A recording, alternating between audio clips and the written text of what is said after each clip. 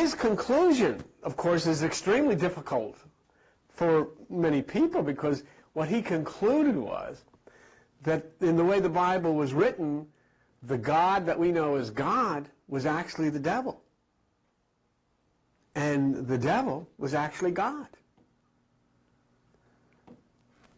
Well, that's a real difficult thing. But what he had suggested was, after a period of time that Satan's legions of darkness had actually stolen some of the light from God, and Monty suggested that it was Satan or the devil who created Adam and Eve.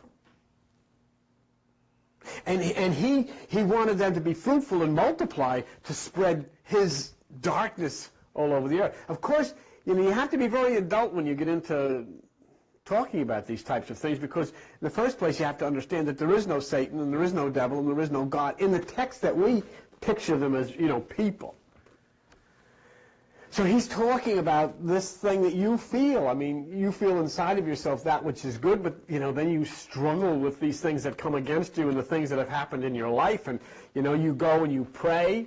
Now, if you look at Monty, who are you praying to? Who's the one that's going to help you here?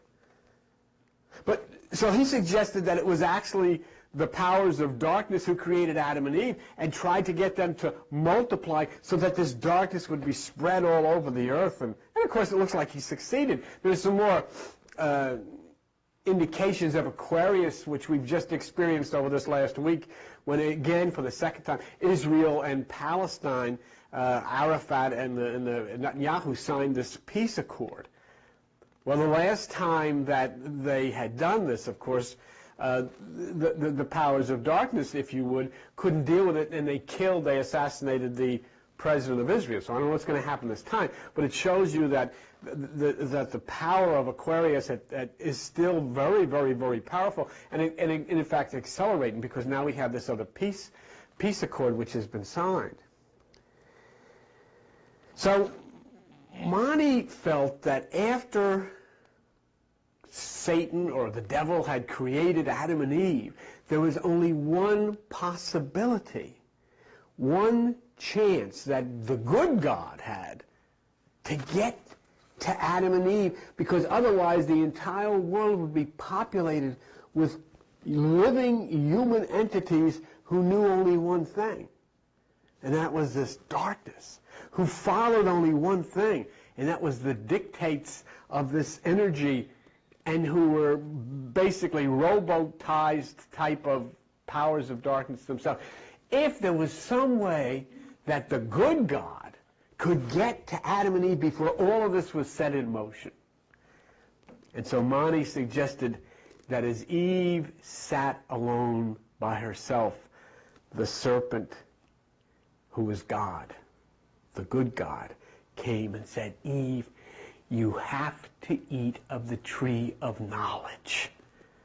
And you have to get Adam to eat of the tree of knowledge, or there's nothing left. There's no chance. There is no possibility that I or anybody else can do anything. Everything would be lost. Because Monty is suggesting that Satan couldn't tolerate that his subjects understand good and evil. He says there's no way. Because in order to control people, you can't allow people to ask questions. And especially if they start to understand who they are and what is the nature of that source that they're dealing with. Just don't think, just multiply, say amen, and so forth. But God, in the form of the serpent, according to Monty, told Eve that she had to eat of the tree of knowledge. She ate of the tree of knowledge, and Adam ate of the tree of knowledge. And so now they understood good and evil. They knew, basically, inside of themselves now, that there was a difference. They knew inside of themselves, they had knowledge, they had enlightenment, they had understanding of what life was about. But now Satan could no longer deal with them because they had this knowledge, and so they were expelled. People who think for themselves. So here they come into this world, and the conflict is on. The powers of light, the powers of darkness, and each one of you have been involved in that conflict.